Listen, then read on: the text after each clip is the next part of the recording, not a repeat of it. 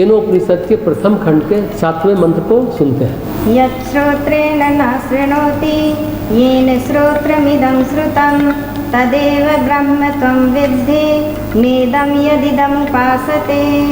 जिसको कोई भी श्रोत्र के द्वारा नहीं सुन सकता, बल्कि जिससे यह श्रोत्र इंद्रियां सुनी हुई है, उसको ही तू ब्रह्म जान। श्रोत्र इंद्रियों के द्वारा जानने में आने वाले जिस तत्व की लोग उपासना करते वह ब्रह्म नहीं है। कहने का मतलब यहाँ पर यह है कि इंद्रियां चाहे आंखें हो चाहे कान हो, चाहे जो आंखों से दिखाई देता है वह परमात्मा नहीं है। आंखें जिसकी शक्ति से देखती है वह परमात्मा, उसी तरह जो कानों से सुनाई देता है वह परमात्मा नहीं है। जिससे कान सुनने की शक्ति पाते हैं वो परमात्मा। अद्भुत बात है। गीता प्रेस की व्याख्या कहती है, जो कुछ भी सुनने में आने वाला पदार्थ है तथा प्राकृत कानों से सुने जाने वाले जिस वस्तु समुदाय की उपासना की जाती है वह ब्रह्म का वास्तविक स्वरूप नहीं, पर परब्रह्म परमेश्वर स्रोत इंद्रियों से सर्वथा अतीत। उनके विषय में केवल इतना ही कहा जा सकता है, जो स्रोत इंद्रियों का ज्ञाता, प्रेरक और सुनने की शक्ति देने वाला है तथा जिसकी शक्ति के किसी अंश से स्रोत इंद्रिय यानी कान शब्दों को ग्रहण करने की सामर्थ्य आई है, वह परमात्मा है। इस मंत्र में जिसकी शक्ति और प्रेरणा से स्रोत्र अपने विषयों को सुनने में प्रवृत्त होता है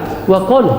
इस प्रश्न का उत्तर दिया गया है। इसमें तत्व की बात यह है कि भगवत गीता में भगवान ने अर्जुन को विश्वरूप दिखाया और कहा कि मैं तुम्हें दिव्य चक्षु प्रदान करता हूँ। ये जो सामान्य नेत्र है वह प्रकृति से निर्मित है, और जो प्राकृत चीज़ें हैं यानी कि प्रकृति के द्वारा विनिर्मित तत्व है, उनकी यानी परमेश्वर की पहचान, उनका स्पर्श, उनका दर्शन नहीं हो सकता, क्योंकि परमेश्वर प्रकृति के पार है। तो प्रकृति के द्वारा विनिर्मित हमारे पास क्या है? तो प्रकृति के द्वारा विनिर्मित है हमारी इंद्रियां, प्रकृति के द्वारा विनिर्मित है हमारे प्राण, प्रकृति के द्वारा विनिर्मित है हमारा मन, प्रकृति के द्वारा विनिर्मित है हमारा चित्त और हमारे कर्म संस्कारों का समूह। प्रकृति के द्वारा जो विनिर्मित नहीं है वह केवल हमारी आत्मा है। जो आत्म तत्व है वह प्रकृति से विनिर्मित नहीं है। तो आत्म तत्व में स्थिर होकर के ही परमात्म तत्व की एकता, परमात्म तत्व के स्वरूप को देखा जाना और अनुभव किया जा सकता है। उसकी अनुभूति संभव है। प्रकृति विनिर्मित चीज़ों से केवल प्रकृति को हम स्थूल से सूक्ष्म से देख सकते हैं। जो प्रकृतिगत नहीं है उसे हम नहीं जान सकते,